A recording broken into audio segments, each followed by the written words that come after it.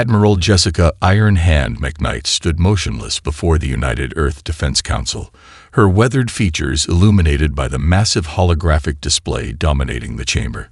The three-dimensional representation of the approaching Zarkax fleet cast an ominous blue glow across the faces of Earth's most powerful military leaders. "They're coming through the Orion Corridor," McKnight stated, her voice carrying the weight of 30 years in space combat.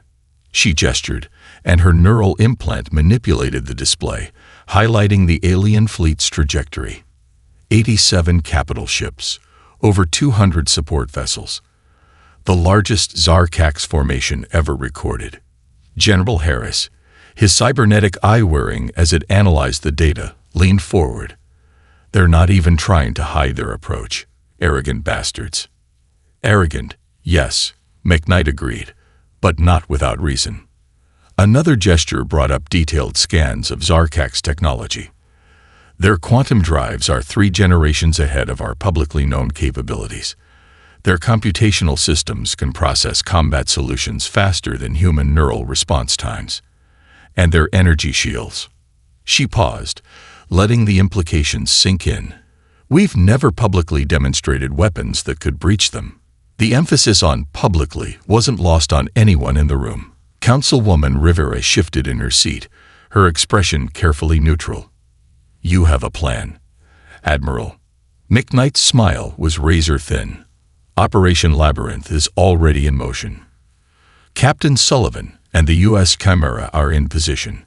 The quantum nets are being laid as we speak." Aboard the Zarkax flagship Inevitable Dominance, Commander Vedra studied his own tactical displays with satisfaction. His upper eyes focused on the fleet formations while his lower pair reviewed the eye's predictions. The human territory ahead represented nothing more than an inconvenient obstacle, one that would cost them 3 months of travel time to circumvent properly. "Commander," his xenoanthropologist, Celerin, approached with characteristic caution. "I must again express my concerns about this course of action. My research suggests humans err." "Your research," Vedra interrupted, all 4 eyes now fixed on the smaller alien, "is based on primitive broadcasts and outdated intelligence. The AI's calculations are absolute." He gestured to the floating displays. "Observe. Human sensor networks are based on gravimetric detection and quantum wake analysis. Both can be fooled by our latest countermeasures." Celrin's throat sacs pulsed with anxiety. "But sir, there are anomalies in their behavior patterns that the AI cannot." "Enough." Vedra's scales flushed with irritation. "The calculations are clear. Even in the infinitesimal chance of detection, their response times and weapons capabilities fall well within our acceptable risk parameters. This shortcut will save us considerable resources, and the High Command expects results." The holographic displays shimmered as the massive fleet began its advance into human territory. Vedra's command staff worked with practiced efficiency, their movements synchronized by their neural interfaces with the ship's eye.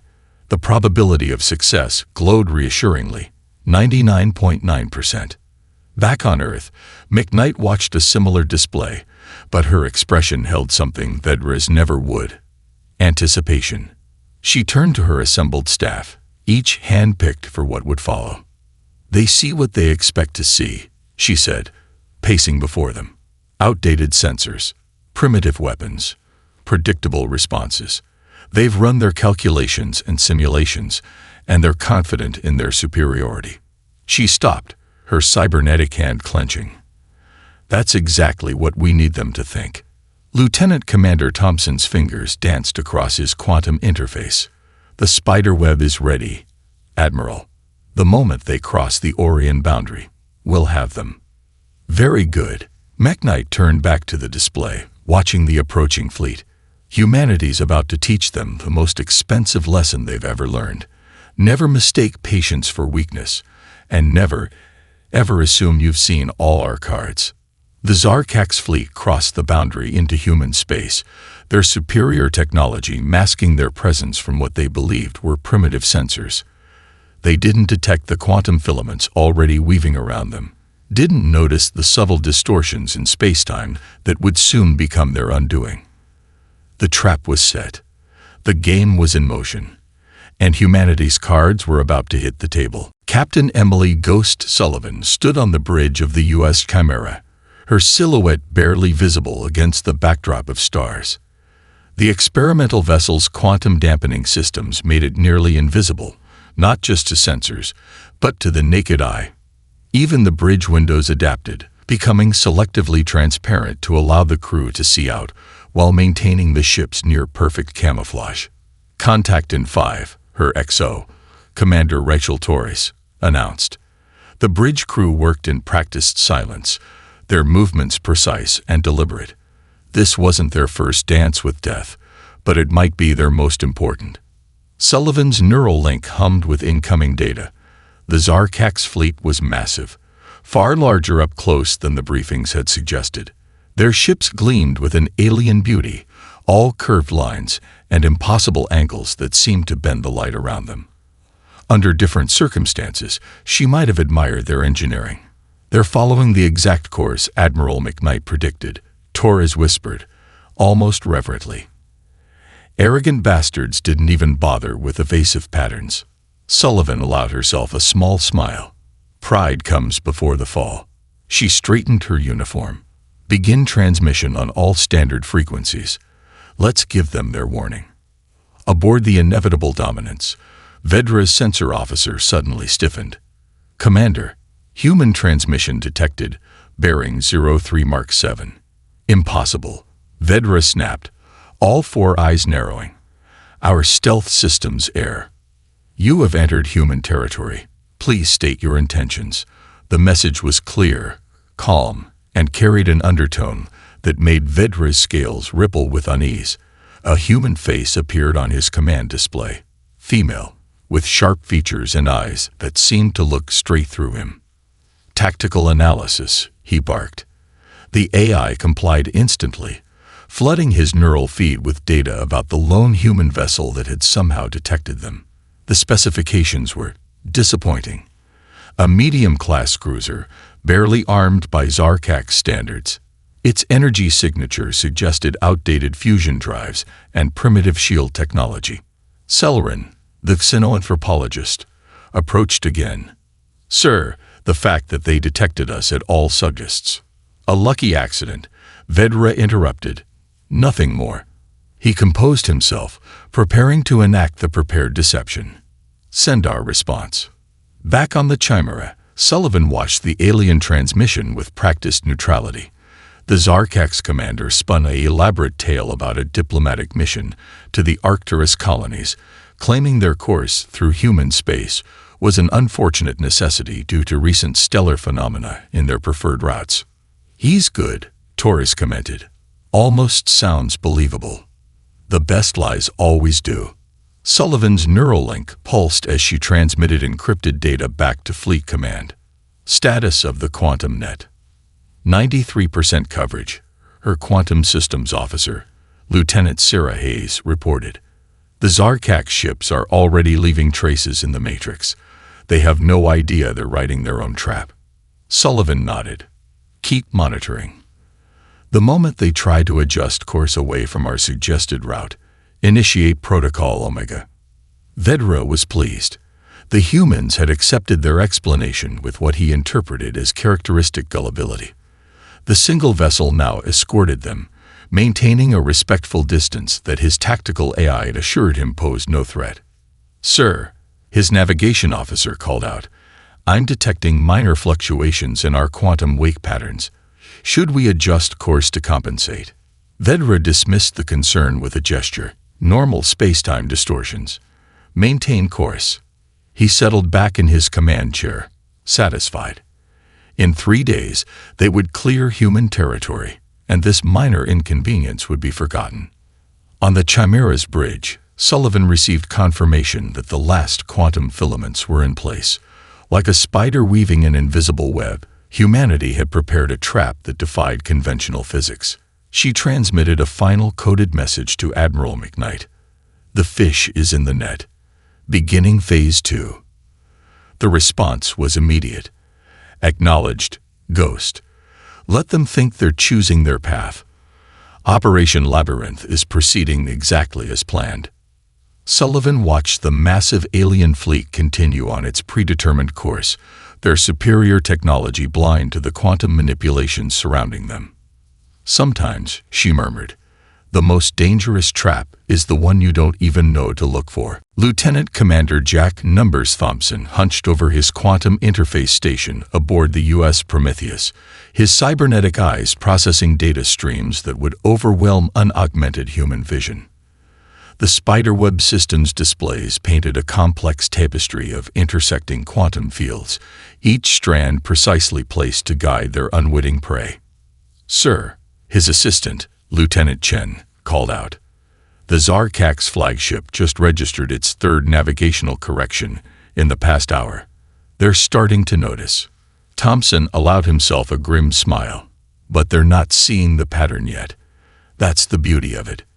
He manipulated the quantum field projections, making minute adjustments. They're looking for mechanical malfunctions, software errors, anything but the truth. Aboard the Inevitable Dominance, Vedra's command center had lost its earlier atmosphere of smug confidence. The commander's scales had taken on a pale hue as he reviewed the mounting anomaly reports. "Explain," he demanded, all four eyes fixed on his chief engineer, Kelvor. "How can our quantum wake signatures be degrading when our drive systems show nominal function?" Kelvor's throat sacs pulsed with anxiety. "The readings make no sense, Commander. It's as if space itself is becoming less stable around us. But that's impossible without massive gravitational interference, which we're not detecting." "Sir," Selrin interrupted, earning a glare from Vedra. "The humans are primitive."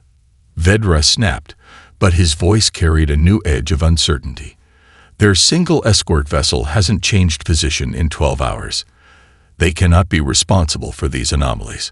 On the bridge of the U.S. Chimera, Captain Sullivan monitored the Zarkak's fleet's increasing agitation through quantum wake analysis. Their ships were making more frequent course corrections, burning extra energy to maintain formation as Thompson's invisible web slowly tightened around them. "They're starting to feel it," Commander Torres observed, watching the alien vessels adjust their positions yet again. "Like fish sensing the current change before a storm." Sullivan nodded. "Thompson's work is brilliant. The quantum distortions are so subtle that their AI can't distinguish them from natural phenomena. But they're building up. By the time they realize what's happening." Her neural link pulsed with an incoming transmission from Admiral McKnight. "Ghost, status report." "The Zarkaks are responding exactly as predicted," Sullivan replied. "Their formation is starting to show stress fractures. Thompson's quantum nets are creating microscopic spatial distortions faster than their systems can compensate." Back on the Inevitable Dominance, Vedra's command staff worked frantically to understand the cascading anomalies. Their ship's eye, once confidently predicting success, now produced increasingly confused analyses. "The backup navigational arrays are showing deviations," reported his sensor officer. 3 support ships have reported critical errors in their quantum field generators. 2 more are experiencing unexplained power fluctuations. Vedra's scales rippled with suppressed rage. "Run a full diagnostic on all systems. Check for human sabotage attempts, viral infections, anything that cold." "Sir," his tactical officer's voice cracked with alarm. "The human vessel. It's gone." "Impossible. Where did they?" "Multiple contacts." The sensor grid lit up with new signatures. The U.S. Chimera had vanished. But now phantom readings appeared and disappeared across their scanning range, like ghosts in the void. Thompson watched the Zarkak's reaction with satisfaction. "They're trying to track the Chimera's quantum echoes," he reported to Fleet Command. Captain Sullivan's quantum shifting drive is playing havoc with their sensor calibrations. They still think they're dealing with system malfunctions, but the seed of doubt is planted. Admiral McKnight's response was immediate. "Excellent. Proceed with Phase 3. Let's show them what happens when you underestimate humanity's grasp of quantum mechanics." As the Zarkak's fleet pushed deeper into human space, their formation began to waver, Ships that should have maintained perfect alignment now struggled to hold position. Quantum wake patterns that should have been uniform became erratic, unpredictable. Commander, Selrin tried one last time. These patterns, they're not random. The humans. Enough. Vedra roared, but his voice carried an undertone his crew had never heard before. Fear. Maintain course. We've committed too many resources to turn back now. In the quantum labs of the Prometheus, Thompson watched the aliens' predicament with professional appreciation. Like watching someone walk into quicksand, he mused. The harder they fight it, the deeper they sink. Commander Madison, Mad Dog, Rodriguez watched from the bridge of the U.S. Shadowdancer as the Zarkax fleet's secondary group attempted their desperate quantum jump. Her stealth vessel's sensors captured every excruciating detail of what happened next. Holy shit, her XO breathed, watching the alien ships materialize. They actually came out backwards. It wasn't just backwards. The fleet's formation had inverted like a mirror image, with port becoming starboard, dorsal becoming ventral. 15 ships, each worth more than some planetary economies, now faced the opposite direction they'd intended, their quantum drives screaming in protest. Rodriguez keyed her neural link. Admiral McKnight, you're going to want to see this. Thompson's quantum maze just turned their jump calculations inside out. Literally. Aboard the inevitable dominance, Vedra's command center had descended into barely controlled chaos. Warning indicators flashed across every display as ships reported catastrophic navigation failures. Impossible. Vedra's scales had lost all color. Our quantum calculations were perfect. The jump coordinates were... Sir, his science officer's voice cracked. The secondary fleet, their quantum signatures are inversed. It's as if they tried to jump through a Klein bottle. Selrin, the xenoanthropologist, finally lost his diplomatic restraint.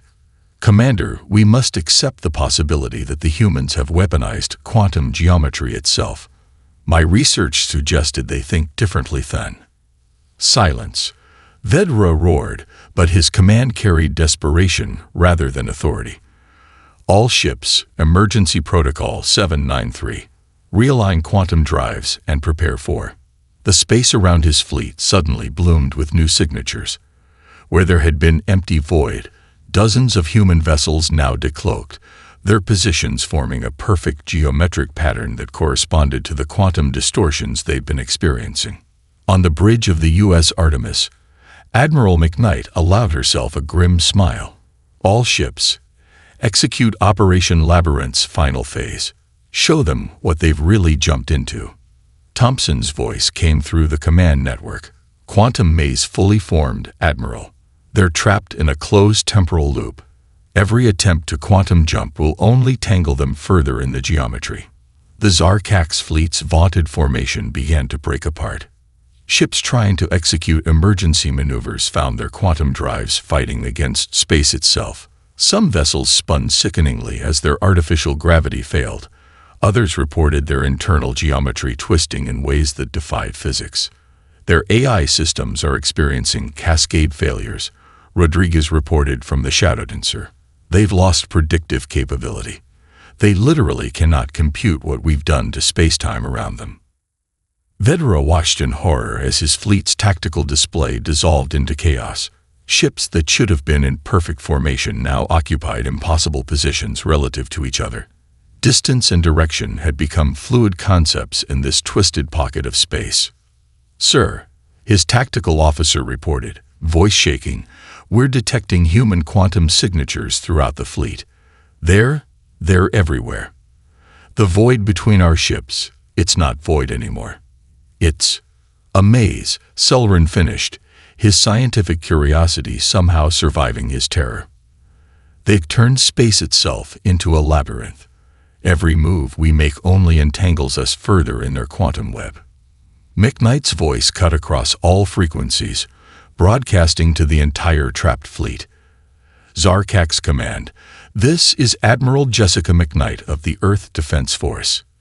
You are now trapped within a quantum maze of our design. Your ships are experiencing the effects of targeted space-time manipulation. Every attempt to escape will only worsen your situation."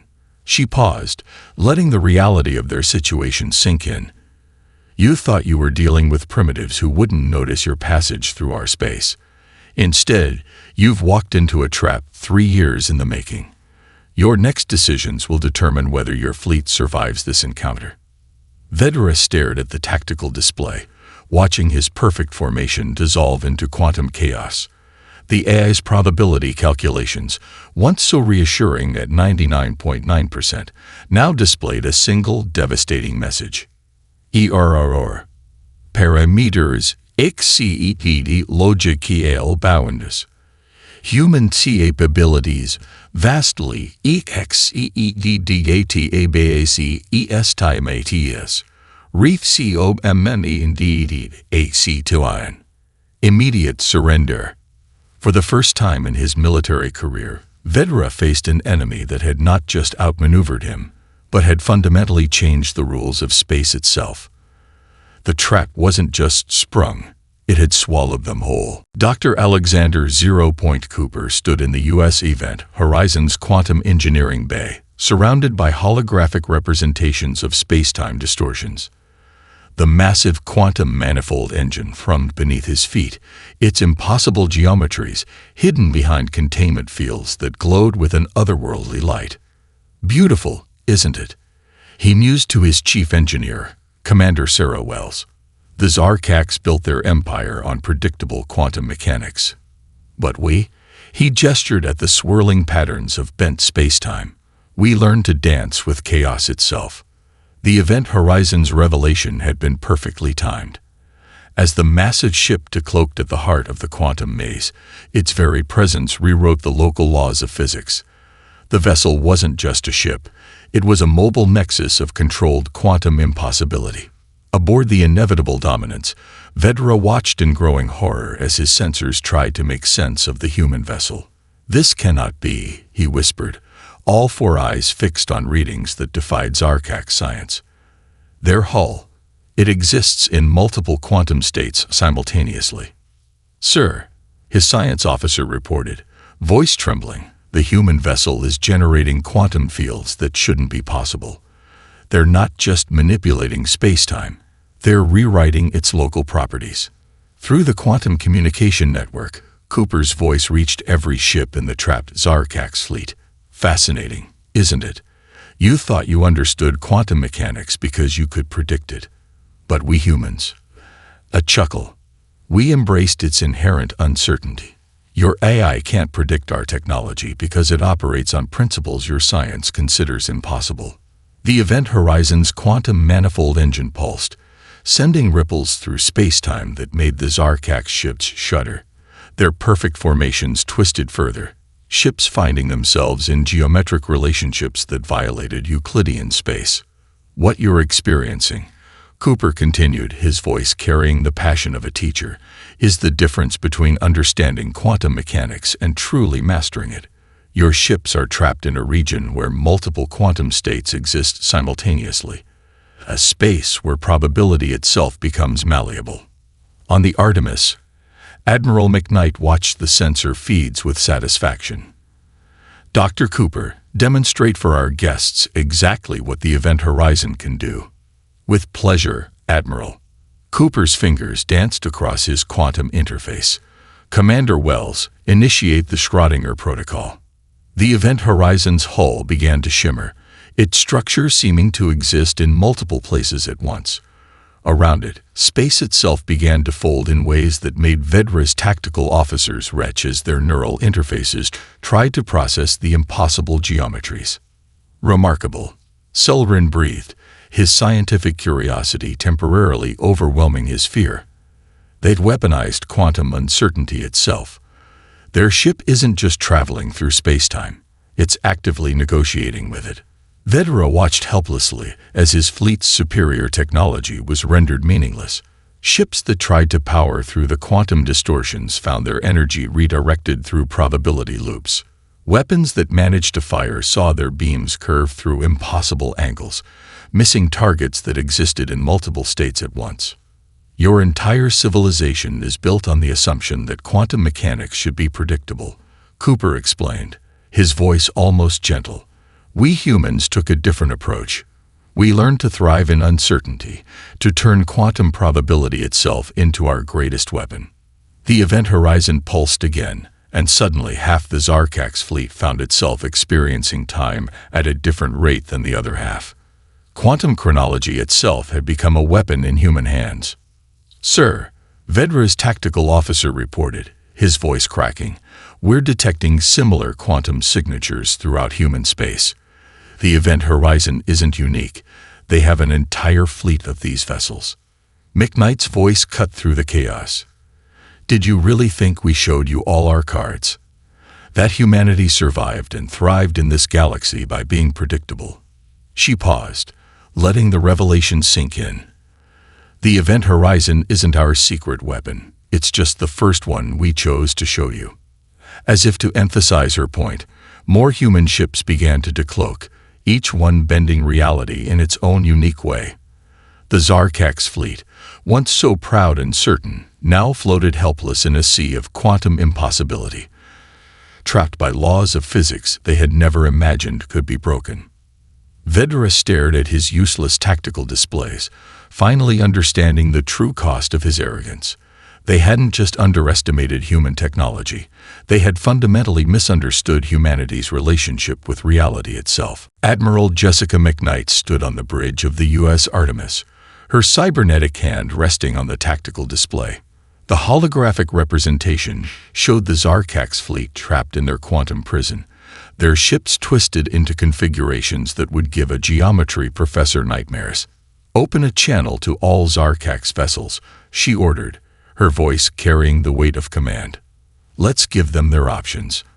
As the quantum communication network activated, McKnight caught her reflection in a darkened display panel.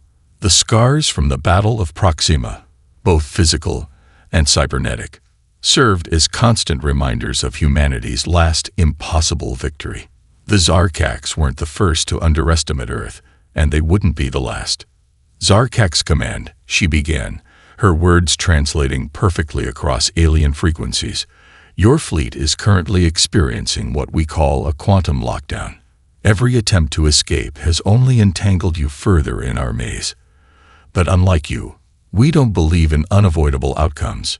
Aboard the inevitable dominance, Vedra's command staff watched their commander with mounting anxiety. His scales had taken on the pale gray of deep stress, all four eyes fixed on displays showing impossible sensor readings. "Sir," his tactical officer reported, 3 more ships have lost quantum drive coherence. The human quantum fields are. They're rewriting our base computing algorithms. Our AI can't even process what's happening anymore." McKnight continued, her voice resonating through every Zarkak's vessel. "You have 2 choices. First, surrender. Accept responsibility for violating our territory. Face diplomatic consequences, and leave with your fleet intact. We'll provide safe passage out of the quantum maze." She paused, letting the first option sink in. "Second, maintain your current course of action. Attempt to fight your way out. Test your technological superiority against our quantum manipulation capabilities. See how well your predictive AI handles true chaos."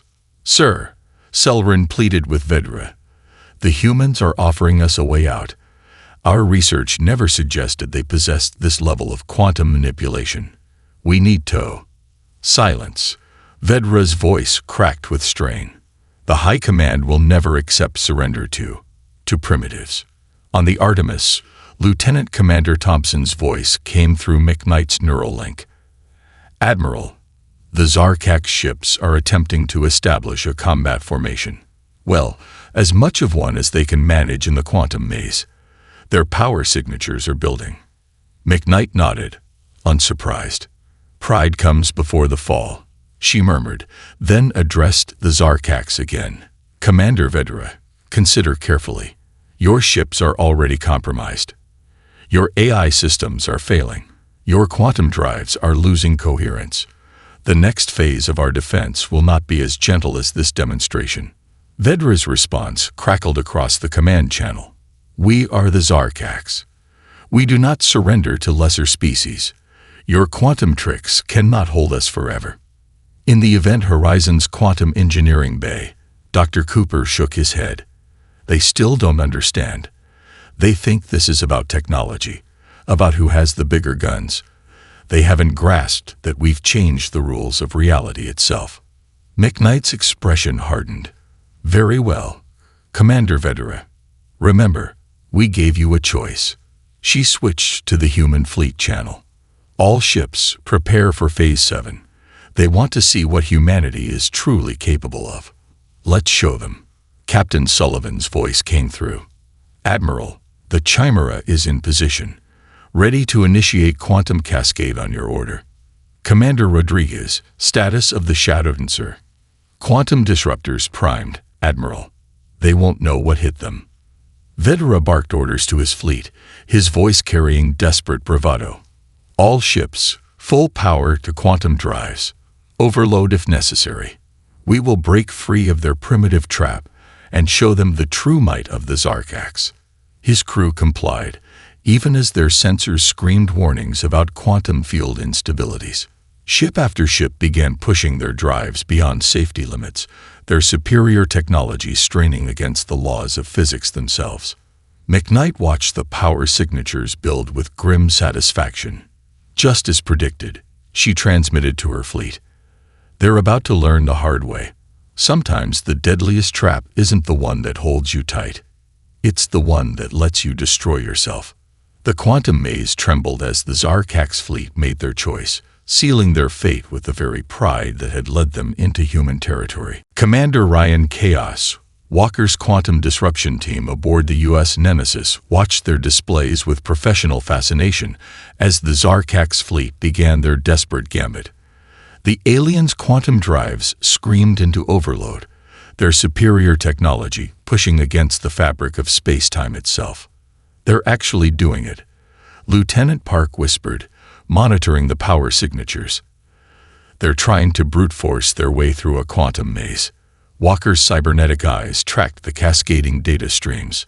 "Like trying to punch your way out of a tesseract," he commented. "Admiral, the quantum cascade is beginning. Their drive signatures are exactly where we need them." Aboard the Artemis, McKnight's expression remained stone-faced. "Execute Protocol Omega. Let's show them what happens when you ignore the laws of physics." The first sign that something had gone catastrophically wrong came from the Zarkax support ships. As their quantum drives reached critical levels, the space around them began to fold in ways that violated every principle of their science. Ships that should have been kilometers apart suddenly occupied the same quantum states, their matter attempting to exist in identical spaces. By the first nest, Vedera's science officer screamed, "The human quantum maze. It's not just containing our drives, it's reflecting them back at us. The space-time distortions are multiplicative." Vedera watched in horror as his fleet began to tear itself apart. Ships that tried to power through the distortions found their own energy turned against them. The quantum wake of each vessel caught in the maze created new distortions, which in turn affected other ships, creating a cascade of reality-warping feedback. "All ships, cease quantum drive activity," he ordered, far too late. "Power down all." The inevitable dominance shuddered as reality twisted around it. Through the bridge viewports, Vedera watched as one of his largest battlecruisers seemed to fold in on itself, its hull existing in multiple quantum states simultaneously before dissolving into a shower of probability waves. "Sir," Selrin's voice carried pure terror. "The humans, they didn't create a trap. They created a quantum amplification field. Every attempt we make to escape multiplies the distortion effect exponentially." On the Nemesis, Walker's team coordinated the quantum disruption network with surgical precision. "The cascade is reaching critical threshold," he reported. "Their quantum drives are feeding back into each other through our maze. They're literally tearing holes in their own reality." Ship after ship in the Zarkax fleet began to succumb to the cascading quantum effects. Some simply vanished, their matter scattered across probability space. Others twisted into impossible shapes as space-time folded around them. A few lucky vessels managed to power down in time, floating helplessly in the quantum chaos their companions had unleashed. "Admiral," Dr. Cooper's voice came through from the event horizon. "The quantum cascade has exceeded even our projections. Their drive technology is far more powerful than we estimated. At this rate, they'll tear open a permanent quantum scar in this sector." McKnight's cybernetic hand clenched. "Initiate containment protocols. Captain Sullivan, begin quantum field stabilization. Walker, coordinate with Cooper's team to control the cascade." The human fleet moved with precision, their ships generating carefully calibrated quantum fields to contain the chaos the Zarkax had unleashed. The Event Horizon's quantum manifold engine pulsed with new patterns, its impossible technology working to prevent reality itself from unraveling. Vedra, watching his mighty fleet dissolve into quantum chaos, finally understood. "Stop all quantum drive activity," he broadcasted on all frequencies, his voice hollow with defeat. "Power down everything. We surrender." The remaining Zarkax ships, those that had survived their own hubris, killed their drives. In the sudden quiet of normal spacetime, the devastation became clear. Nearly half the fleet had been lost, their matter scattered across quantum probability space. The survivors floated in formation-shattering disarray, their superior technology now nothing more than dead weight. McKnight's voice cut through the silence. "And that, Commander Vedra, is why you never assume you've seen all our cards. Sometimes the most dangerous weapon isn't the one that destroys you. It's the one that lets you destroy yourself." The quantum maze slowly stabilized. Its purpose served. The surviving Zarkax ships hung motionless in space, their crews forced to face a humbling truth. They hadn't just been defeated. They had been outfought, outmaneuvered, and ultimately undone by their own certainty in their superiority. 3 days after what would become known as the Quantum Maze Incident, Admiral Jessica McKnight stood in the observation deck of the U.S. Artemis, watching as the surviving Zarkax vessels limped toward their border under escort. Their once proud ships, stripped of their quantum drive capabilities, moved on conventional engines like wounded predators. "Final casualty report, Admiral," Commander Torres announced, her neural link streaming the data. The Zarkax lost 43 capital ships and 97 support vessels to quantum dissolution. No human casualties. Property damage limited to localized space-time distortions, which Dr. Cooper's team is already resolving. McKnight nodded, her cybernetic hand absently tracing the scars on her face. And the quantum scar. The Event Horizon's containment protocols were successful. The affected sector will experience minor gravitational anomalies for the next few months, but nothing dangerous. Torres paused. The Zarkax. They're calling it the Great Humbling. In the quantum physics laboratory of the Zarkax Academy, 3 months later, Seldrin stood before a class of wide-eyed students, their scales shifting colors with attention and unease. "The humans," he explained, gesturing to the holographic replay of the incident, "showed us something we had forgotten. True innovation comes not from perfecting what we know, but from imagining what we believe impossible." The recording showed the moment the Event Horizon revealed itself, its quantum manipulation capabilities defying everything the Zarkax had believed about physics. Several students' throat sacs pulsed with anxiety. "Our civilization," Seldrin continued, "built an empire on predictability. Our quantum drives were perfect, within the laws of physics as we understood them. But the humans," he clicked his mandibles in what had become an admiring gesture. "They looked at quantum uncertainty and asked, what if this isn't a barrier to be overcome, but a tool to be used?" Back in Earth space, Dr. Cooper and his team had already begun implementing improvements based on data from the encounter. The quantum manifold engine hummed with new possibilities, its impossible geometries reaching deeper into reality's framework. "The Zarkax actually helped us," he explained to Admiral McKnight during the official debrief. Their drive technology's interaction with our quantum maze revealed 17 new ways to manipulate spacetime. We're already incorporating the findings into the next generation of defensive systems. The Admiral's response was interrupted by a priority transmission. The holographic display showed Vedra, the former commander of the Zarkax fleet, now serving as a reluctant but vital link between their civilizations.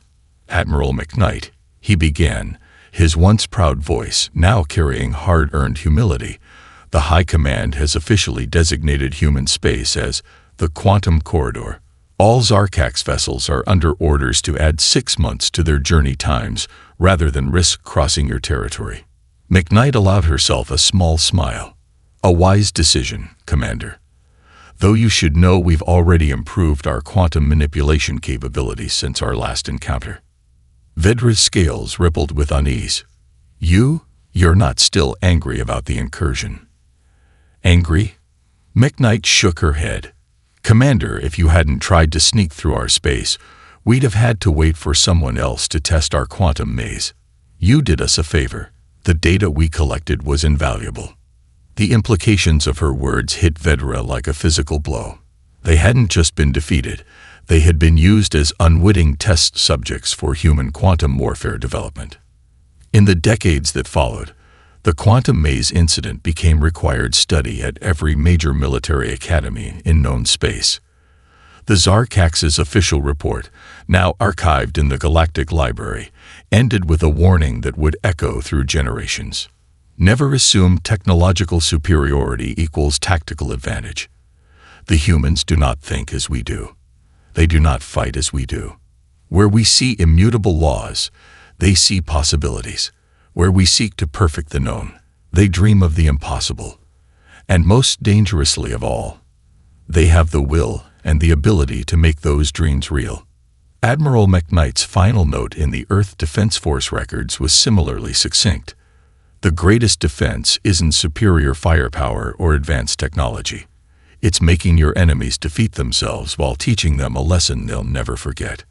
The quantum maze that had trapped the Zarkax fleet was eventually dismantled, but its legacy lived on. In the vast darkness of space, captains of all species learned to whisper a new warning to their crews: take the long way round. Some shortcuts aren't worth the price of learning why humans smile when you underestimate them.